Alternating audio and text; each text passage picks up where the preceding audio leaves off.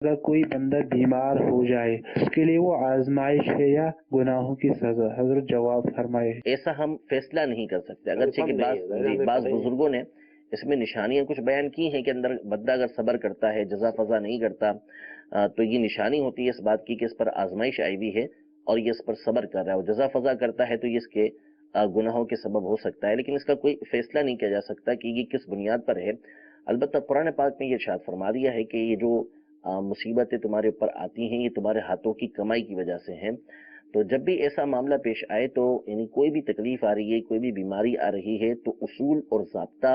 बुजुर्गों का तरीक़ेकार यही है कि उस परेशानी को, मुसीबत को अपनी तरफ मंसूब किया जाए कि ये मेरी वजह से है। जैसे हज़रत इब्राहीम अला नबीना व अलैहिस्सलाम का बड़ा खूबसूरत कौल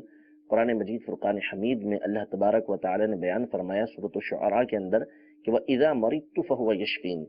कि जब मैं मरीज होता हूँ तो अल्लाह तबारक व तआला मुझे शिफा देता है।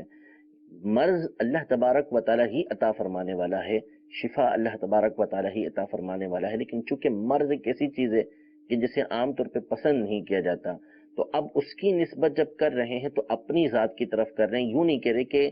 फहुआ युमरिदुनी, कि अल्लाह तबारक व तआला ही मुझे मरीज बनाता है, अल्लाह तबारक व तआला मुझे मर्ज देता है, नहीं, बल्कि फरमाया व इज़ा मरिदतु, कि जब मैं मरीज होता हूँ, जब मुझे मर्ज पहुंचता है, तो वह फहुआ यशफीन, क्योंकि शिफा खैर ही खैर है, उसमें किसी तरह की कोई